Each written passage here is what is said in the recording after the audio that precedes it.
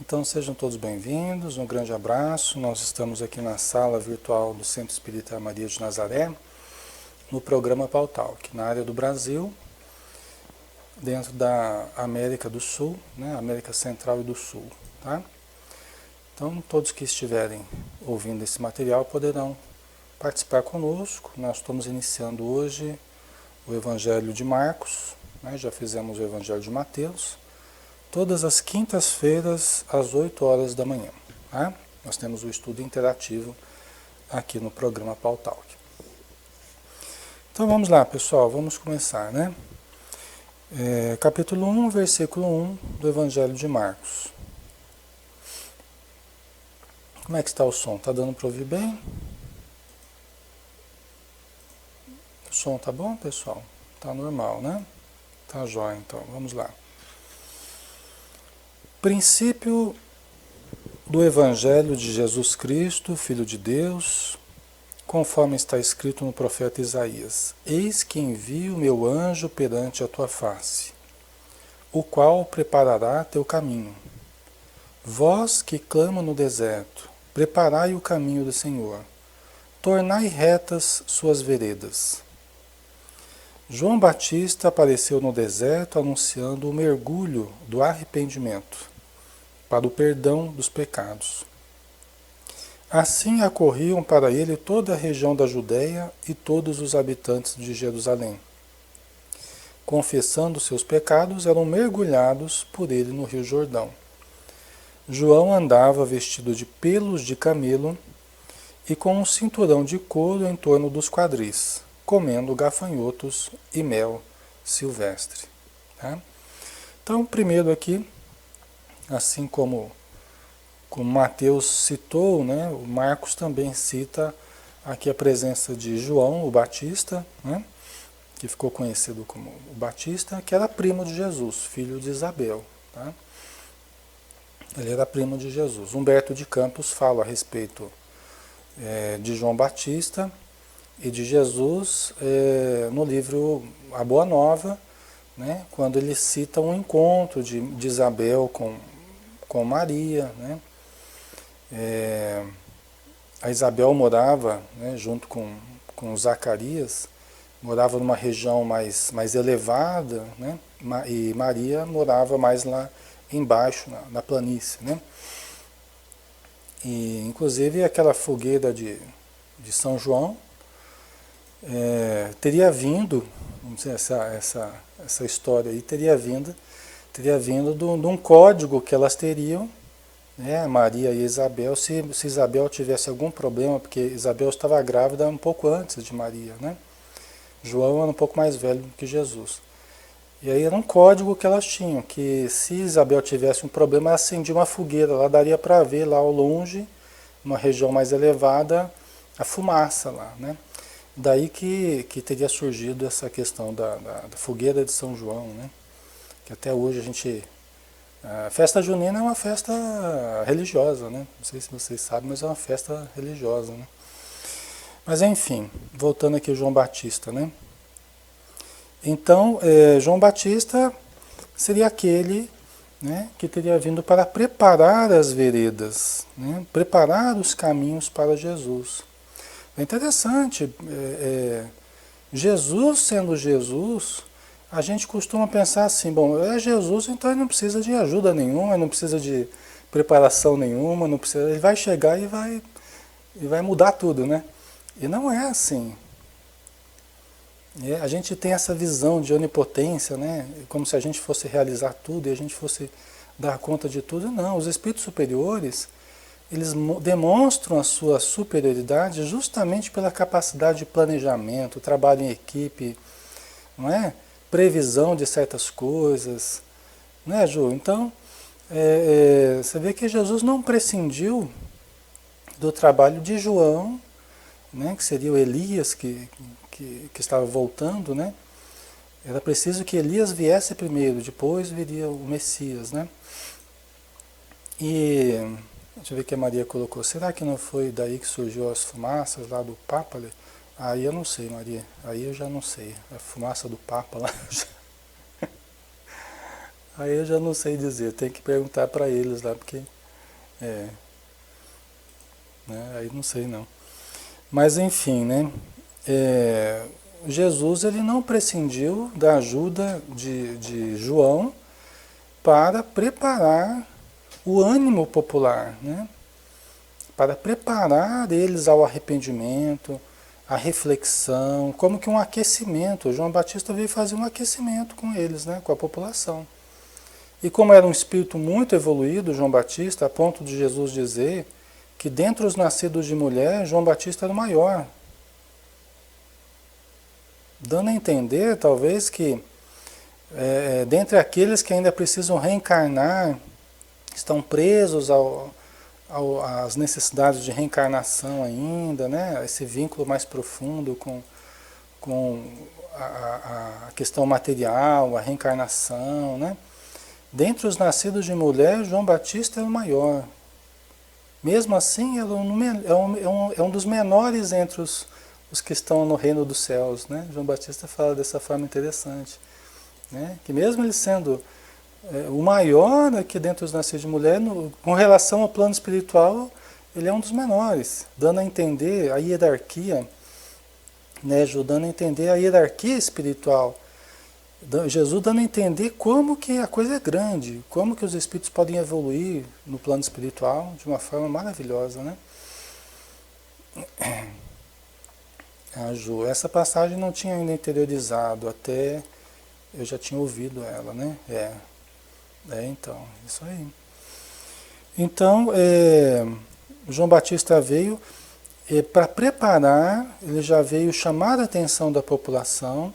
Inclusive, depois, alguns discípulos de João Batista passaram a seguir Jesus. Por isso que João Batista falou, agora é preciso que eu diminua para que ele cresça. Né? É preciso que eu diminua para que ele cresça, para que Jesus possa se mostrar. Então ele passou a bola para Jesus. E os discípulos de João passaram a seguir Jesus. Você vê que interessante, né? Trabalho em equipe mesmo, né? Um trabalho de continuidade, né? Então, João Batista, vale a pena que a gente ressaltar também, esse mergulho nas águas do Rio Jordão, o batismo que ele fazia era já alguns dizem que era porque João Batista era essênio, né? E que aí os essênios teriam esse hábito, né, desse batismo na água e tal. Ok, tudo bem, né? Seria uma evolução diante de um outro rito de passagem que os judeus utilizavam. Qual que era o rito de passagem que eles utilizavam? Né? Esse rito religioso, um ritual de passagem que eles utilizavam, era a circuncisão. Né? Até hoje os judeus utilizam a circuncisão, que é uma espécie de operação de fimose, que é feito com as crianças, né? Com os meninos, né? Recém-nascidos e tal. Tá? Então tem toda uma questão religiosa. Na verdade, eu creio que esse negócio da circuncisão começou até mais como uma medida médica, uma medida de questão de saúde pública, de percepção, de intuição de que causava alguns problemas. Eu tenho a impressão que surgiu até daí, viu, esse negócio de circuncisão, viu? Porque muitas das regras que Moisés estabeleceu para o povo no deserto eram regras de higiene, eram regras de cunho de saúde, não comer determinadas coisas, lavar a mão antes de comer. Né? Moisés estabeleceu essas prevenções, né, Diana? Exatamente, preventiva da infecção urinária. Tá aí, ó. Né? Eu não sou um médico especialista nessa área, mas né, tem algumas coisas que dá para a gente prever, né? Então, muitas das regras que Moisés estabeleceu, elas ganharam uma característica de religião, de procedimento religioso. Então eles faziam aquelas regras de modo religioso. Né? Não lavar as mãos antes de comer era uma infração religiosa. Não era uma infração a questão de limpeza, de saúde, era uma infração religiosa acima de tudo. Tá? Então eu creio que essa questão da circuncisão nasceu daí, né? E João Batista, ele utilizou esse rito de passagem, esse ritual de passagem, o mergulho da pessoa nas águas do Rio Jordão, esse batismo. Só que ele falou o seguinte: eu sou aquele que batiza com água, mas virá um outro que é maior do que eu, do qual eu não serei digno de desenlaçar as suas alparcas, que batizará com o fogo do Espírito. Então ele deixou muito claro, João Batista deixou muito claro, que esse outro, que era maior do que ele não ia ficar preocupado em batizar as pessoas, porque ele traria um outro batismo, que é o batismo do fogo do Espírito. Né? É um batismo de mudança profunda, interior, né? Um ensinamento novo, as provas, né? As provações que nós teremos que passar. O próprio Jesus falou que ele veio para passar por um batismo, né? E ele tinha pressa que esse batismo se cumprisse. O batismo da dificuldade que ele passou, né? Dos momentos críticos que ele passou. Esse era o batismo de Jesus, o batismo de fogo, né? Daquela prova de fogo. Né? Prova de fogo no sentido simbólico, né? Aquela prova difícil, né? Da gente atravessar. Né? Todos nós passamos por provas de fogo aí ao longo da nossa existência. Né? Então, Jesus mesmo não batizou ninguém. Né? Tá? Então era um rito de passagem que João Batista utilizava para marcar, né, para ser um marco ali de um renascimento das pessoas, um renascimento espiritual, né, que marcasse ali, que motivasse a pessoa a começar uma vida nova. Né. Então, não tem problema, né, só que dentro do Espiritismo nós não utilizamos o batismo, né, nem damos esse significado religioso, né, e por isso não utilizamos esse ritual. Né. Nós acreditamos que a reforma interior, que as mudanças, elas vão se processando à medida que nós decidimos a nossa mudança, nós aderimos a um programa de renovação que Jesus nos oferece. Né? Então vinha gente de toda parte, né? Acorriam para ele toda a região da Judéia, todos os habitantes de Jerusalém, que era a sede ali do judaísmo, né? Confessando os seus pecados, eram mergulhados por ele no Rio Jordão. João andava vestido de pelos de camelo e com um cinturão de couro em torno dos rins, comendo gafanhotos e mel silvestre. Né? Alguns falam que esses gafanhotos não seriam os bichinhos, seriam folhas de uma planta que se chamava gafanhotos. Né? Aí a gente não sabe. Então vamos lá. Continuando a descrição do Cristo. Isso está também em Mateus, capítulo 3, versículos 11 e 12, Lucas, capítulo 3, versículos 15 a 18 e João, capítulo 1, versículo 24 a 26. Tá? Então, versículo 7. E proclamava dizendo, depois de mim, vem quem é mais forte do que eu, e de quem não sou digno, de curvando-me, desatar a correia das sandálias. É aquilo que eu tinha citado, né? Lembrando que nós estamos usando a tradução do Haroldo Dutra Dias, tá? Quem estiver acompanhando aí, às vezes pega uma outra tradução, vai ver algumas diferenças, né? Nós optamos por conhecer aqui, estudar essa tradução do Haroldo Dutra Dias, né? Nós conhecemos algumas outras traduções, mas nós quisemos verificar, né, como que essa está confeccionada aqui, está produzida, né? Então, depois de mim, vem quem é mais forte do que eu, de quem não sou digno de, curvando-me, desatar a correia das sandálias. Então, pessoal, aqui fica claro a consciência de João Batista. Humberto de Campos fala que, no livro Boa Nova, né, ele fala que nesse encontro elas se encontraram várias vezes, né? Maria e Isabel eram primas, então de vez em quando elas se encontravam, né? Num desses encontros, Humberto de Campos fala que os dois meninos olhavam lá para a planície e conversavam longamente, Jesus apontando lá ao longe, como que explicando para João o que fazer. Humberto de Campos coloca desse jeito, tá? Como se os dois já estivessem ali planejando o trabalho futuro. Eram dois espíritos de muita luz. Logicamente que João menor do que Jesus, né? Muito menor. E João tinha essa clareza. João tinha essa clareza. Né? Para ele falar que vem quem é mais forte do que eu não sou digno de desenlaçar os seus alparques, é que os dois já deviam ter convivido longamente. João já conhecia a grandiosidade de Jesus, já sabia o que ele era capaz de fazer.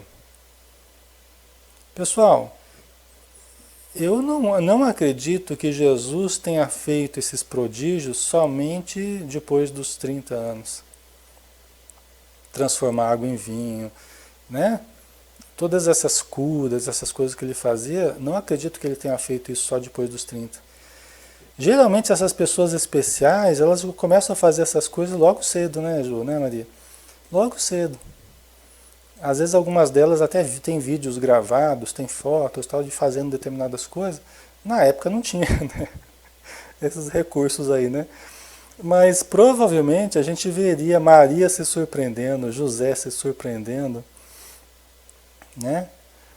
Se surpreendendo muito com as coisas que ele era capaz de fazer. E João convivendo com ele, assim como nós convivemos desde pequeno com os nossos primos, e vamos crescendo, e de vez em quando a gente se encontra, e a gente já sabe como é que é um, como é que é outro, João já devia saber de sobra quem era Jesus, o que ele era capaz de fazer, o amor que ele tinha no coração, né?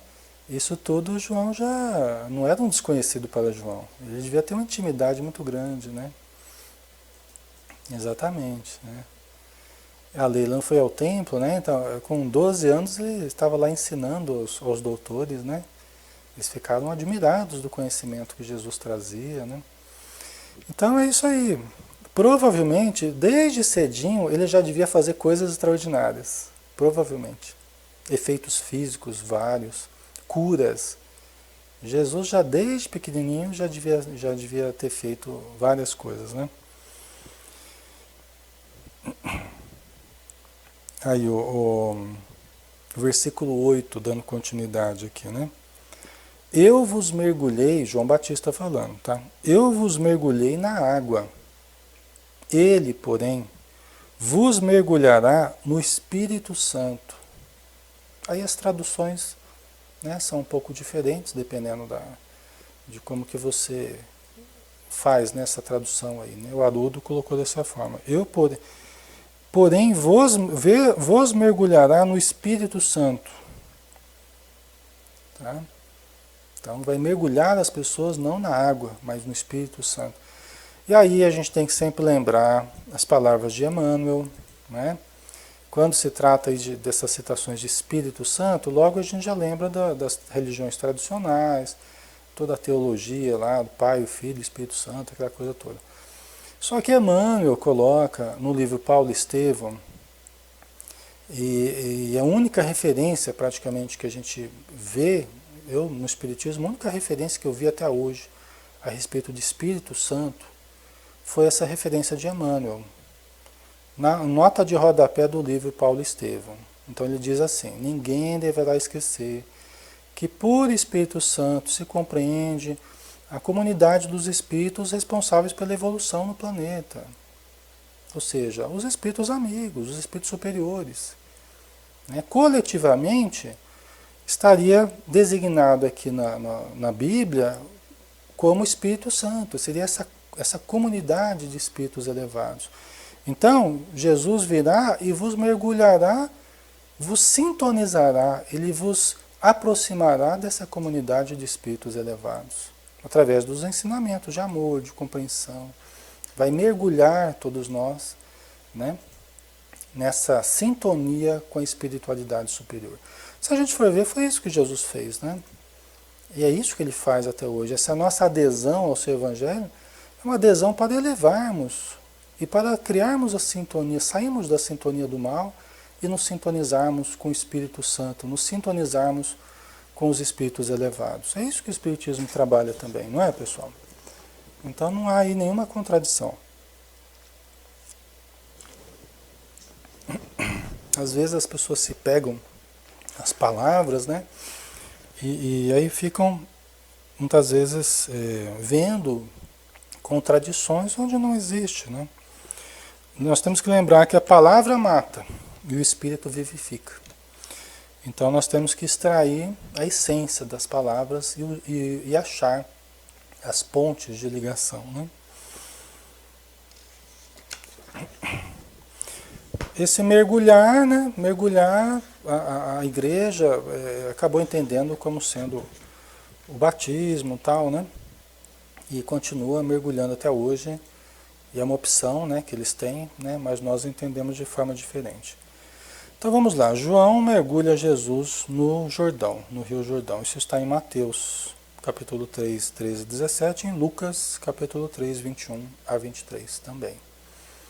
Tá? No versículo 9, e sucedeu que naqueles dias Jesus veio de Nazaré, Nazaré da Galileia, né? E foi mergulhado por João no Jordão. Tá? Então, se vocês lembrarem do mapa ali da Palestina, né? Vocês vão ver a Palestina era toda a nação ali, né? Toda aquela região hoje que está Israel, né? Ali é da Palestina. E ao norte a Galileia, né?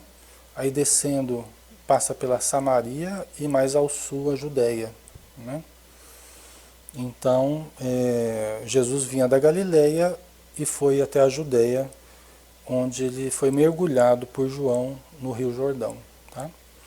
Subindo imediatamente da água, viu os céus sendo rasgados e o Espírito descendo como pomba sobre ele. Houve uma voz dos céus: Tu és o meu filho amado, em quem me comprazo. Tá? Pessoal, aqui provavelmente houve toda uma produção aqui, né?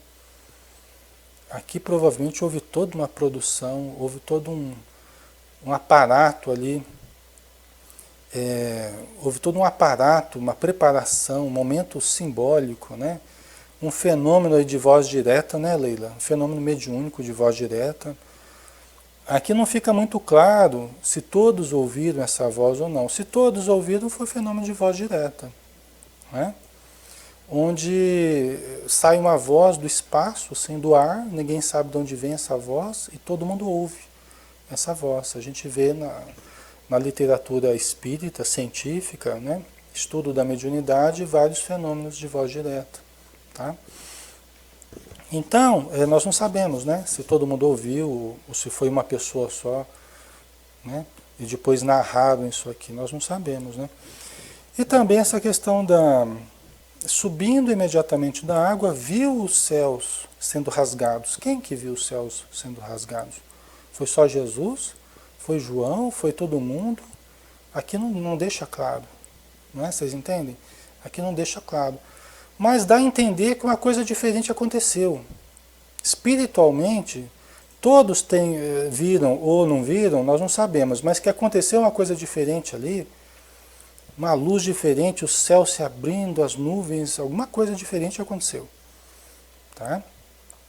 Para marcar esse episódio, para marcar simbolicamente, né, para chamar a atenção das pessoas, ou de um ou de outro, nós não sabemos, né? E o Espírito descendo como uma pomba sobre ele. Mas que Espírito é esse? Que Espírito é esse que desceu como uma pomba, né? Foi a imagem que eles conseguiram registrar, né? Talvez um ser, né, iluminado, né, branco como uma pomba, né? Desceu um Espírito. Será que era um Espírito que veio ajudar Jesus? Né? Será que alguém que veio, mas Jesus precisa de ajuda? Bom, a gente já acabou de falar sobre isso, né? A superioridade dos espíritos não se mostra pela capacidade deles fazerem tudo, mas deles coordenarem um trabalho. Pessoal, aqui vamos extrapolar um pouquinho. Sabe que Jesus, na sua missão toda, ele não teve assistência de espíritos iluminados, até de outros planetas do sistema solar, que vieram dar um amparo para ele nesse testemunho dele? Porque aqui no planeta ele era maior. Aqui no planeta ele era maior. Né? Então, será que ele teve o amparo de outros espíritos mais elevados ainda? A gente não sabe. A gente costuma falar, Jesus era o médium de Deus. Né? Nós somos médium dos espíritos e Jesus era o médium de Deus. Será que é exatamente assim? Né? Jesus não intermediava outros seres até mais evoluídos ainda? Né? Então não é, a gente tem que pensar sobre isso. Num dos livros do André Luiz, agora eu vou ter dificuldade de lembrar qual, né? Não sei se era um número maior, eu não me lembro agora. Que o Espírito fala, eu estou achando que é entre a terra e o céu. O Espírito fala a respeito o André Luiz ele vê um grupo de espíritos ajudando uma casa espírita, espíritos muito evoluídos, né? Aí o André Luiz fala assim, olha, mas eles não terão chegado no último grau de evolução, né? Ele fala meio empolgado assim. Para se eu não me engano, era o Clarencio, né? Aí ele pergunta, eles não terão chegado no último grau já de evolução, né? Aí o Clarencio dá uma risada e fala, não, André, né? Eles são espíritos em evolução, sim, espíritos de uma boa condição.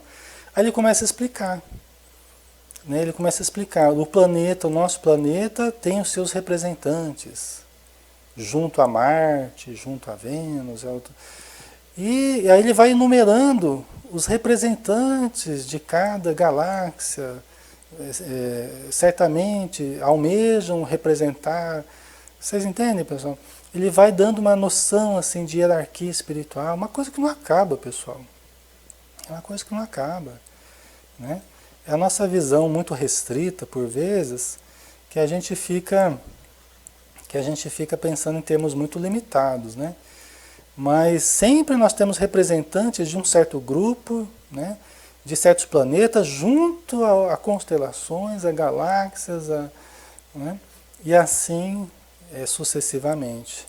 Então, nós não sabemos o que aconteceu aqui, né? A gente tem que ser honesto, né? Então ele viu os céus sendo rasgados e o espírito descendo como pomba sobre ele. Que espírito foi esse? Nós não sabemos, né? Nós não sabemos. Houve um fenômeno diferente aqui, nós não sabemos que espírito. Ah, mas foi o espírito de Deus. Pô, mas peraí. Dentro da visão espírita, se a gente falar que foi o espírito de Deus, né? A gente já está querendo corporificar Deus. É uma visão antropomórfica já, né? Aí a gente vai falar da boca de Deus, do pé de Deus, da mão de Deus. Aí a gente já vai querer transformar Deus num ser humano, como nós. E nós sabemos, nessa visão já mais atual, mais moderna, né, que nós estamos mergulhados em Deus. Deus é tudo. Nós estamos mergulhados nesse todo que é Deus. Santo Agostinho já falava, em Deus vivemos, nos movemos e existimos, como peixes no oceano. Você vê Santo Agostinho, que foi um dos pais da igreja, ele falava isso. Ele foi um filósofo também, né? Em Deus vivemos, nos movemos e existimos, como peixes no oceano, né? Então, depois foi um pensamento também trabalhado por Giordano Bruno, por Spinoza, né? Baruch Spinoza.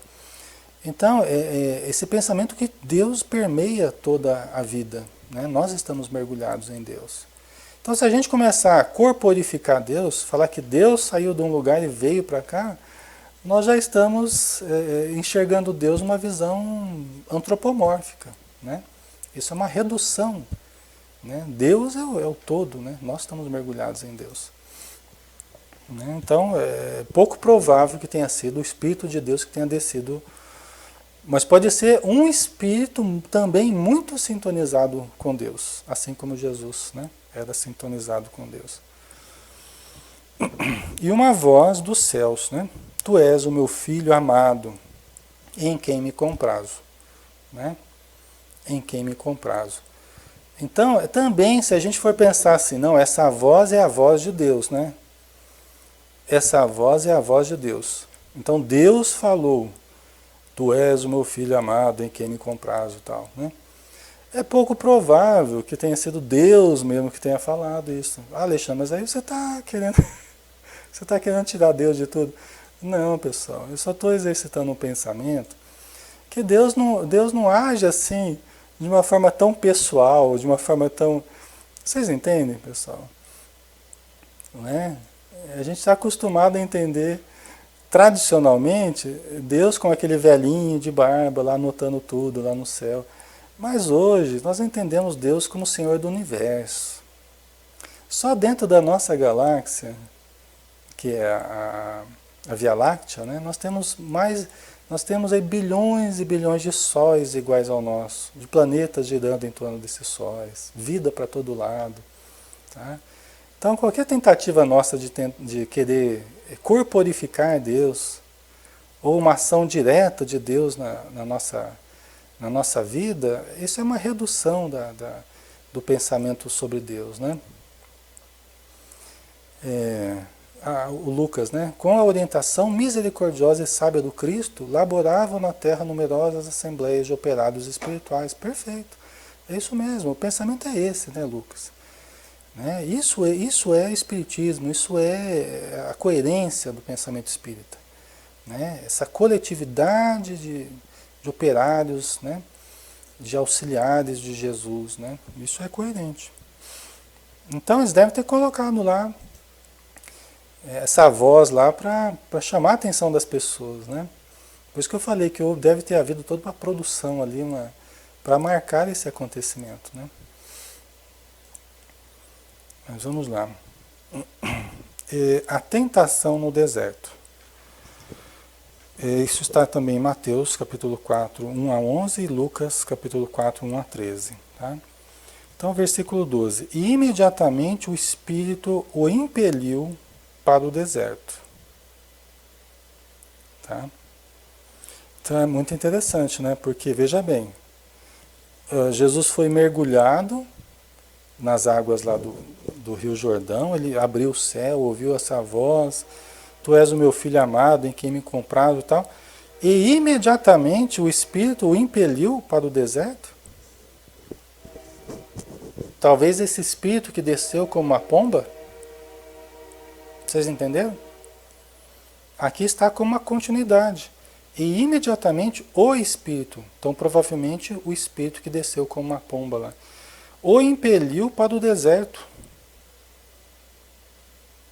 Né? Ah, mas peraí, como é que foi isso? Isso foi espiritualmente, será? De certo que não foi fisicamente, né? Como é que ele faria isso imediatamente? Deve ter sido uma experiência mística de Jesus, deve ter sido uma experiência fora do corpo, deve ter sido alguma coisa saindo do tempo e espaço nosso aqui, de certo modo, né? É a impressão que dá, né? Senão não poderia ser imediatamente o Espírito o impeliu para o deserto. Né? Só se fosse um fenômeno de transporte, né? De repente ele sumiu lá do Rio Jordão e apareceu no deserto. Só se fosse um fenômeno de transporte, mas eu acho que é menos provável. Né? Estava no deserto 40 dias, sendo tentado por Satanás. Estava com as feras e os anjos começaram a servi-lo. Né? Então aqui é o que fala em Marcos a respeito dessa tentação no deserto, né? Aqui não fala muito, né? Você vê Mateus, ele falou um pouco mais. E nos outros evangelhos nós vamos ver algumas referências também. Em Lucas, né? A gente vê essa questão de a tentação no deserto, né? E imediatamente o Espírito o impeliu para o deserto. Estava no deserto 40 dias, teria ficado 40 dias, sendo tentado por Satanás. Né? Satanás é adversário, né? Adversário, inimigo, adversário, né? Então não tem aquela conotação mítica, né? Daquele ser mítico criado para o mal. Não, Satanás aqui nós podemos entender como um espírito necessitado, né? Um espírito ainda mais inferior, né? Então teria ficado 40 dias sendo tentado por Satanás. Estava com as feras e os anjos começaram a servi-lo. Né? Bom, aqui, pessoal, o Humberto de Campos, num dos livros dele de contos, né, de crônicas e tal, ele fala que teria sido verdade esse episódio da tentação. Que realmente um espírito teria se aproximado, acho que foi permitido que se aproximasse de Jesus e houvesse um certo embate verbal, vamos dizer assim, espiritual, entre Jesus e esse espírito, né? Jesus estava com fome e esse espírito teria dito para Jesus: por que você não transforma essa pedra em pão, se você é filho de Deus? Aí Jesus disse: também está escrito que nem só de pão viverá o homem, mas de toda palavra que sai da boca de Deus, tal. Não é, pessoal? Então, Humberto de Campos diz que teria havido mesmo esse encontro aí, né? E que no final da vida de Jesus, o mesmo Espírito teria aparecido de novo, quando Jesus já estava nos últimos momentos na cruz. Humberto de Campos fala que aquele Espírito apareceu novamente no meio da multidão e começou a escarnecer de Jesus. E começou a falar: está vendo o que fizeram com você? Né? Você escolheu o lado pior, vamos dizer assim, na visão desse Espírito, né? Eu ofereci os reinos da terra, você recusou. Por que você não amaldiçoa todas essas pessoas agora? Que não compreenderam você, que não aceitaram? Por que você não amaldiçoa? Aí Jesus teria dito, Pai, perdoa-os, porque eles não sabem o que fazem. Seria justamente nesse momento que Jesus, a última tentação, né? Que Jesus teria dito essas palavras, como que reafirmando a postura dele de amor, de perdão, né, de compreensão.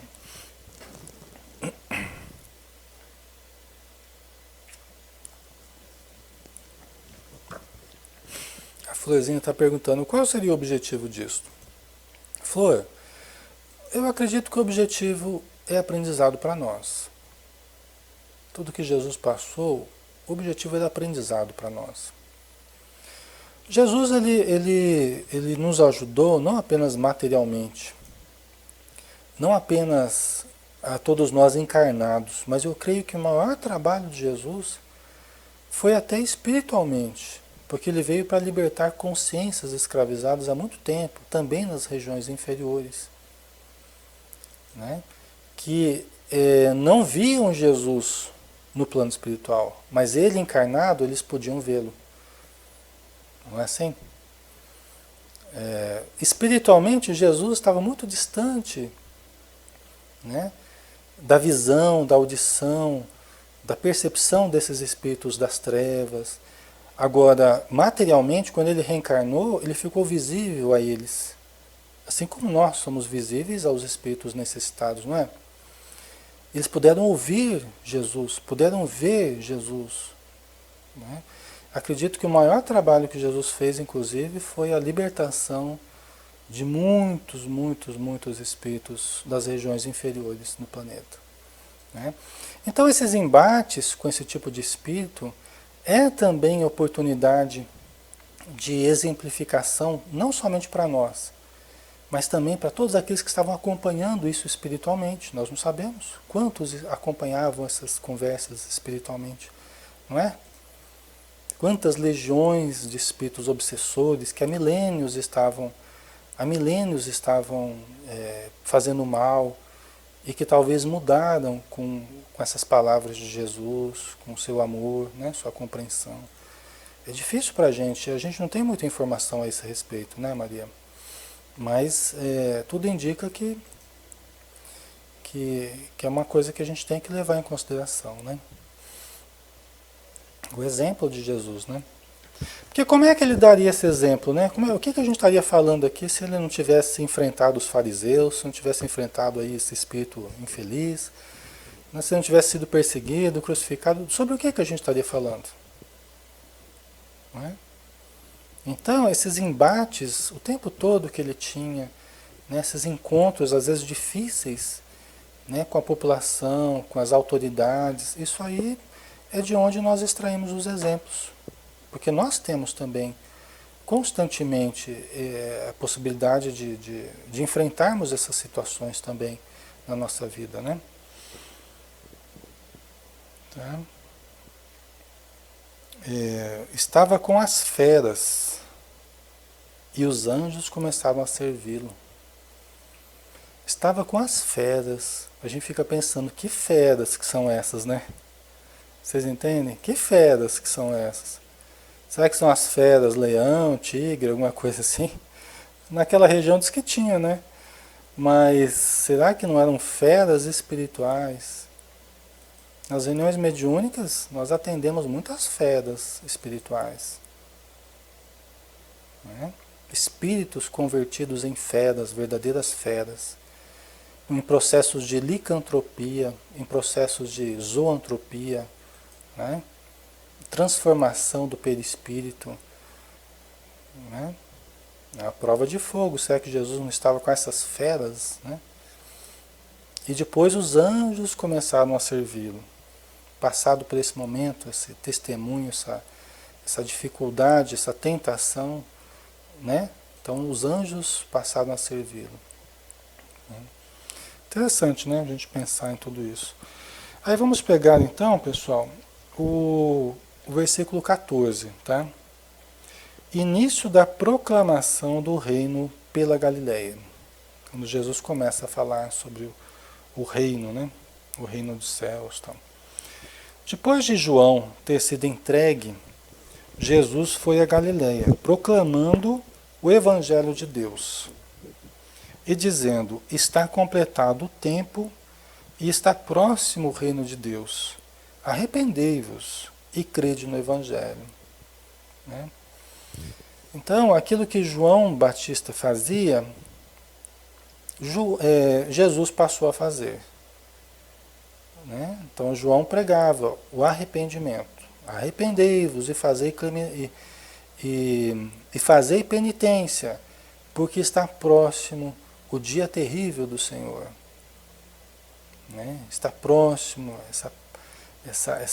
essa grande exemplificação que vai marcar a nossa vida aí por milênios.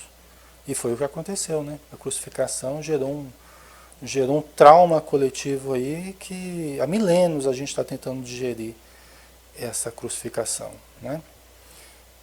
Passamos pela idade das trevas, né? Pela era das trevas aí, a era medieval, onde nós entramos numa depressão coletiva, vamos dizer assim, né?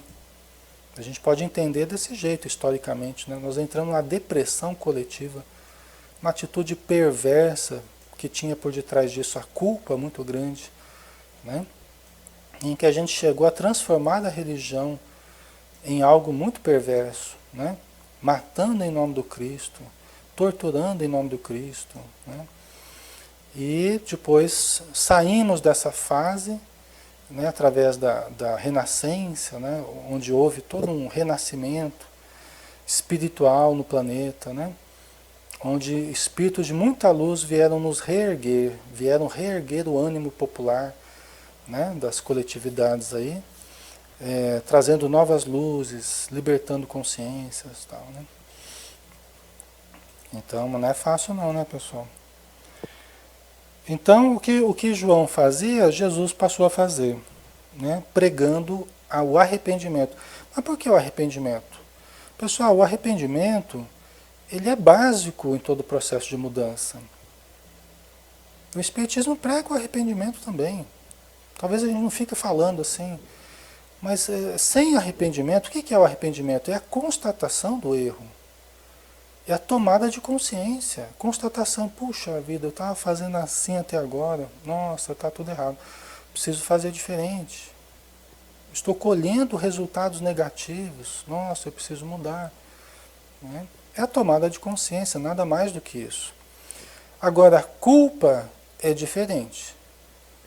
Né? Nós devemos nos arrepender. Nos culpar já é uma atitude de autopunição, né? De uma atitude autodestrutiva que faz mais mal do que bem. Já é utilizar aquele arrependimento de forma errada. Agora de uma forma autopunitiva. Até o arrependimento não tem problema nenhum. Você pode tomar consciência do erro, você pode perceber que não agiu de forma correta e tá bom, agora eu vou me determinar a mudar então. A partir de agora eu vou trabalhar por ser diferente. Não precisa se machucar, não precisa se dilacerar, não precisa se desprezar, se autodepreciar, se desmerecer, não precisa nada disso.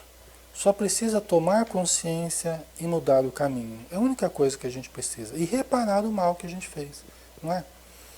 Então a culpa é um novo erro. Entrar em processo de culpa é entrar num novo erro. Porque o tempo que você gasta se culpando é o tempo que você poderia gastar reparando o mal que você fez. Não é? Tomando consciência, refletindo, analisando e aprimorando. Não é? Faz sentido, pessoal?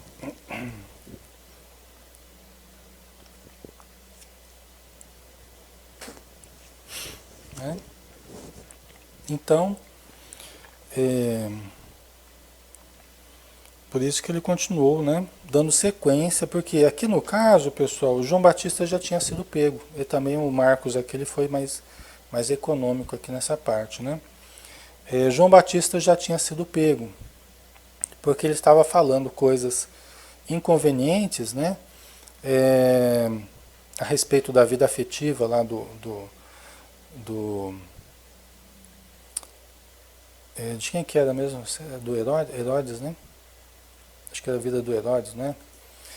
Ele estava falando coisas inconvenientes, porque ele estava ficando com a esposa do irmão dele. Ele estava saindo com a esposa do irmão dele, vamos dizer assim, né? E João estava falando que estava errado isso, né? O João estava dizendo em altas vozes que isso estava completamente errado, né? Então essa senhora pediu a cabeça de João Batista, né? Numa bandeja. E aí o rei, ele não viu outra, ele já tinha prometido que o que ela pedisse ele daria, né? Após a dança lá dos véus e tal. E aí ele teve que dar realmente a cabeça de João Batista, né? Foi degolado, né? Então Marcos não fala a respeito disso, mas nós sabemos que aconteceu, né? Certo? Muito bem. Aí nós vamos pegar, então, será que dá tempo? Vamos então pegar aqui os primeiros 4 discípulos, né? Isso está também em Mateus capítulo 4, versículos 18 a 22 e Lucas capítulo 5, versículo 1 a 11. E aí nós vamos pegar o versículo 16 aqui, tá? Deixa eu ver o que a Beth... Sim, a culpa faz com que a gente fique pior, gastando as energias benéficas. Demora muito mais para recuperar depois, é verdade. Né? Depois dá um trabalho danado para sair desses sentimentos, né? Então, continuando, passando ao redor do Mar da Galileia, o Mar da Galileia não era um mar, era um lago, mas era um lago tão grande que era chamado Mar da Galileia. Jesus ele andou por aquela região toda, foi a região que mais recebeu as curas, ali Cafarnaum, Betsaida, né? Entre outras cidades, todas ali cidades, como se fossem cidades litorâneas ali, né? Ali nas margens do Mar da Galileia, né? Ok, Beth, um abraço. Né? Então, passando ao redor do Mar da Galileia, viu 2 irmãos, Simão, chamado Pedro, e André, seu irmão, lançando a rede no mar, pois eram pescadores. Disse-lhes Jesus: Vinde após mim, e vos farei que se tornem pescadores de homens, porque eles eram pescadores, né? Então, Jesus os convidou, né, Pedro e Tiago, que eram irmãos, para que se tornassem pescadores de homens, né? E deixando imediatamente as redes, seguiram-no. Tá?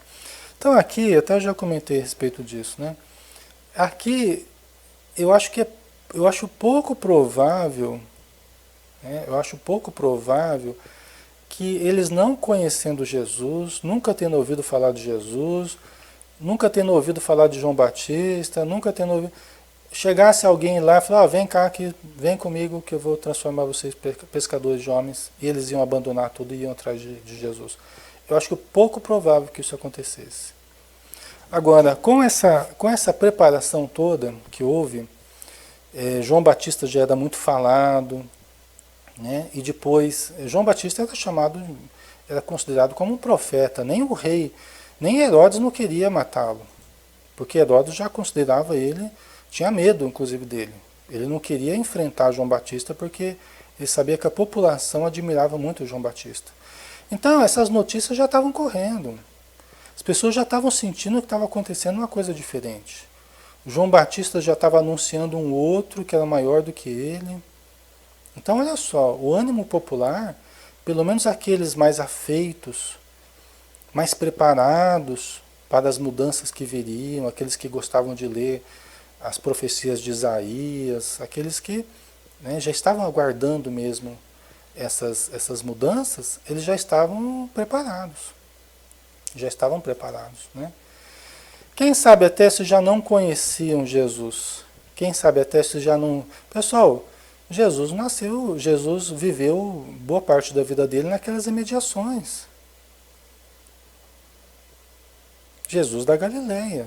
Jesus perambulava desde criança ali por perto. Quem sabe se eles já não se conheciam, já não conviviam e estavam esperando uma atitude mais... Vem comigo, pessoal, vem comigo que agora o negócio vai... Né?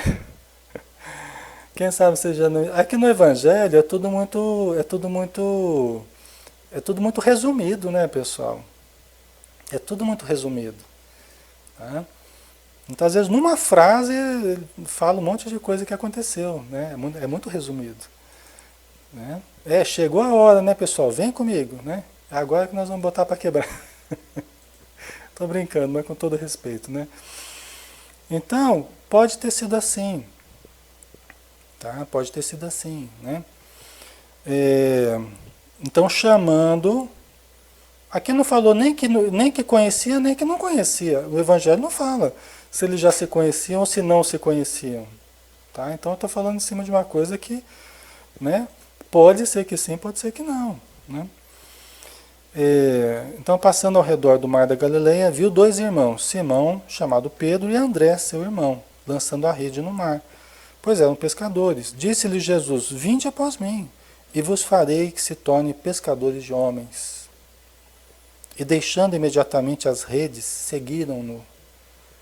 Avançando um pouco, viu Tiago, filho de Zebedeu, e João, seu irmão, outros dois irmãos, né? Que também estavam trabalhando, Tiago e João. Né? Primeiro foi Simão, né? Pedro e o André, que eram irmãos, e depois o Tiago e o João. Eles próprios, no barco, restaurando suas redes, e os chamou imediatamente, e deixando seu pai, Zebedeu, no barco com os empregados, foram após ele. Eu acredito, é uma opinião minha, tá, pessoal? Cada um pensa de uma maneira diferente, mas eu acredito que esse pessoal já era meio que conhecido de Jesus, e Jesus já os conhecia, né? Eu acredito que já havia aí uma predisposição. Né? Talvez eles já estavam conversando, aí chegou a hora, agora vem comigo que o negócio vai começar. Né? Muito bem, e todos esses, né, pessoal, principalmente Pedro, Tiago e João, se transformaram nos principais discípulos de Jesus. Né? Principalmente Pedro, Tiago e João. Né? Se a gente for ver depois nos evangelhos, frequentemente os momentos mais importantes, os momentos mais íntimos ali, eram os três que estavam junto com Jesus. Né? E foram os que realmente se transformaram nos pilares, juntamente com Paulo de Tarso, né? Se transformaram realmente nos pilares do trabalho após a morte de Jesus. Né? Ok? Pessoal, quase na hora já. Eu agradeço aí, ó, a ajuda de todos, a participação, tá? Um grande abraço, espero que tenha sido bom para vocês aí, tá bom? Então, semana que vem a gente continua, tá? De onde nós paramos aqui. Então, um beijão Maria, Zélia, Laurita, Flor, Diana, Val, Índia, Dulce, Lucas, Leila, Marcinha, Tânia, Gilda, Flávio, Sandra, João Meme e Márcia. Um beijão, fiquem com Deus, tá? Até mais.